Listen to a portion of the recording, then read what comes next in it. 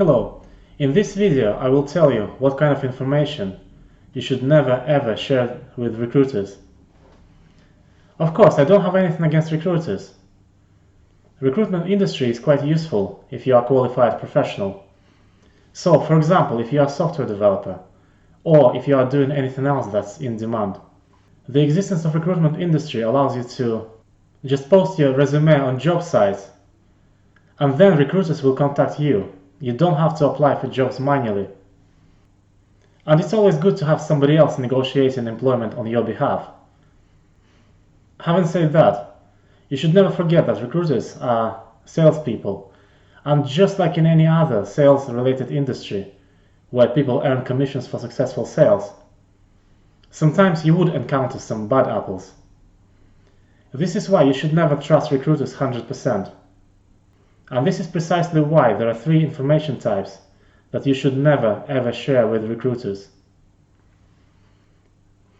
When you have decided to change your employment, you will probably be interviewing at quite a few places at the same time. So the first type of information that you should never share with your recruiters is the exact names of other places where you are interviewing. Of course, there's nothing wrong with sharing exactly how many places you are interviewing at. In fact, if you are interviewing at many places, that can be a big advantage for you. If your recruiter knows that you are interviewing elsewhere, he or she will be under greater incentive to negotiate the best offer possible for you. However, giving the exact names of those places will give you no advantage whatsoever. And it can also give you a massive disadvantage. I'll share a personal story to demonstrate how exactly is it so. I have been interviewing at several places, and one of the recruiters asked me what other places I'm interviewing at, and I told him the name of one of them.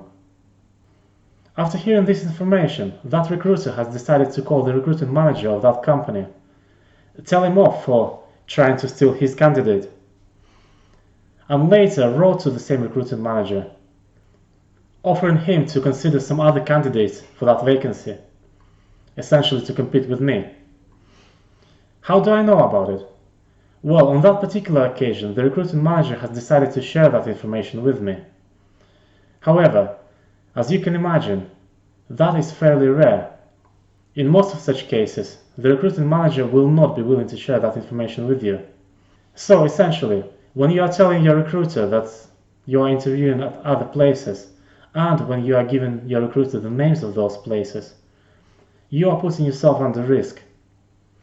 First of all, that recruiter may choose to call that place and try to persuade them not to interview you any further.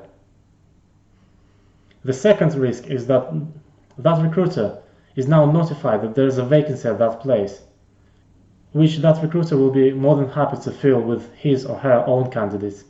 So essentially, you are just creating more competition for yourself. Of course, I've spoken to people in the recruitment industry and they have been telling me that those kind of things are really rare. It doesn't matter though. It doesn't matter whether those kind of things happen one time in a million. Telling recruiters exact names of the places where you are interviewing will give you no benefit whatsoever. But it does introduce risk. It doesn't matter how small. So, in terms of risk to benefit ratio, there's a very obvious reason why you should never share this information with your recruiters. And now we're moving on to the second type of information that you should never share with recruiters. And that is the contact details of the people who are you currently working with, especially your bosses, before you received any offer from prospective employer. Of course, once you have received the offer, you have submitted your resignation at your old place. Everybody is aware that you are leaving. This is where you can share the contact details of your boss or any other senior people that worked with you. However, you should never do it before that. Once again, I'll tell you my personal story. I have been looking for a job, and I have successfully passed an interview at one place. However, I didn't know what the offer would be. I haven't received the offer yet. But I have been asked to provide references from my current place of work, which I reluctantly did. At first, I didn't want to do it, But the recruiter told me that they will not be contacted until I will receive the offer anyway. So I've shared emails and phone numbers of my bosses. But I have regretted it shortly afterwards. Just as expected, the prospective employer has called my existing employer. So essentially, my bosses were notified of my intention to leave the current company, even before I told them that, even before I was even in position to examine the offer and negotiate better conditions for myself. Essentially, I was put in such a position that when the offer came, I had no choice but to accept it, whatever the offer was, because my relationship with my bosses was already ruined. The companies that ask you to provide current employment references are doing so on purpose. They will call your current employer, and they will do it specifically so you will be placed into a more disadvantageous position when you're going to be negotiating your offer. And this is why when you're asked to provide references, it is absolutely okay to provide references of people that you used to work with, that you no longer work with. But you should never give them the contact details of any people you are currently working with, especially your bosses. You might, however, encounter some companies that absolutely insist on you giving this information to them. For me, the solution to this situation would be very simple. I would just refuse to work with these companies.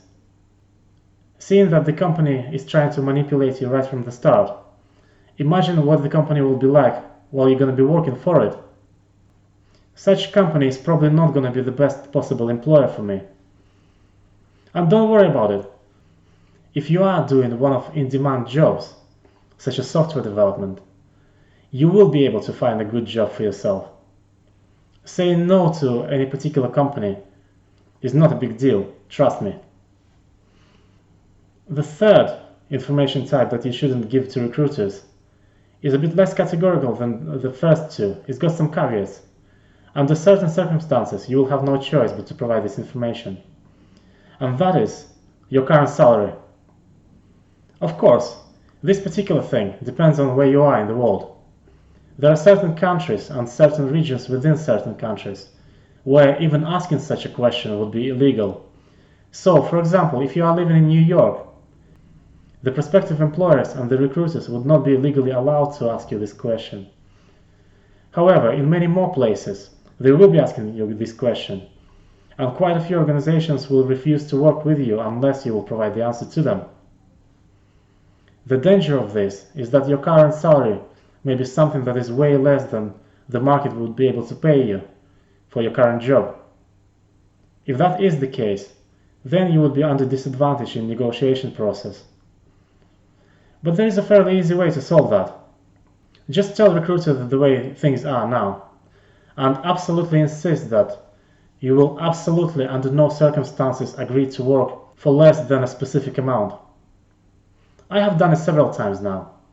I have this principle that when I'm looking for a job, I have a figure in my head that will be the absolute minimum that I would accept in order to change my job. In most of software development jobs, you would usually go through 2 to 3 stages of recruitment process. However, some companies make it as many as 7 or even more than that, even though those are rare. So for me, I've got this principle. It doesn't matter how many steps there are. It doesn't matter how much time I spend on the interviewing process, whether it's days or weeks.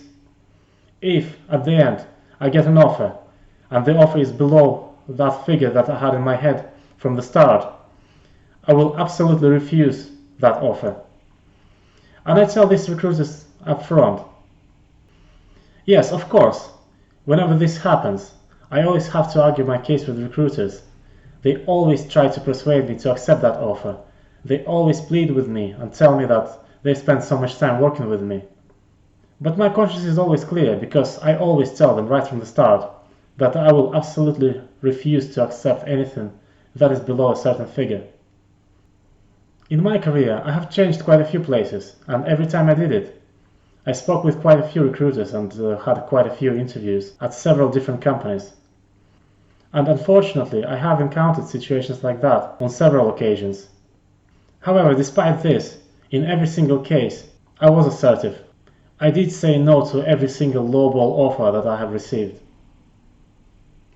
The good news is, however, if you are a qualified professional, you will be able to eventually find the job that you need.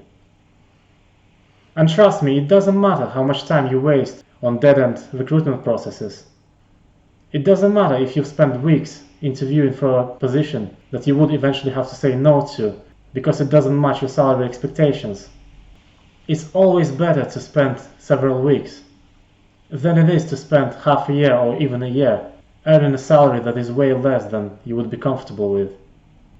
On a plus side, interviewing process is always a good experience. You are always developing your people skills and gaining confidence. And any successful interview, even if you get lowball offer afterwards, is always a bonus. You have achieved something. So that's another boost to your confidence. If you have any similar stories dealing with recruiters, please share them in comments below. Also, if you would like to tell us anything else that you would never share with recruiters, please do so in the comments. So that's all for today. Thank you for watching this video, and all the best.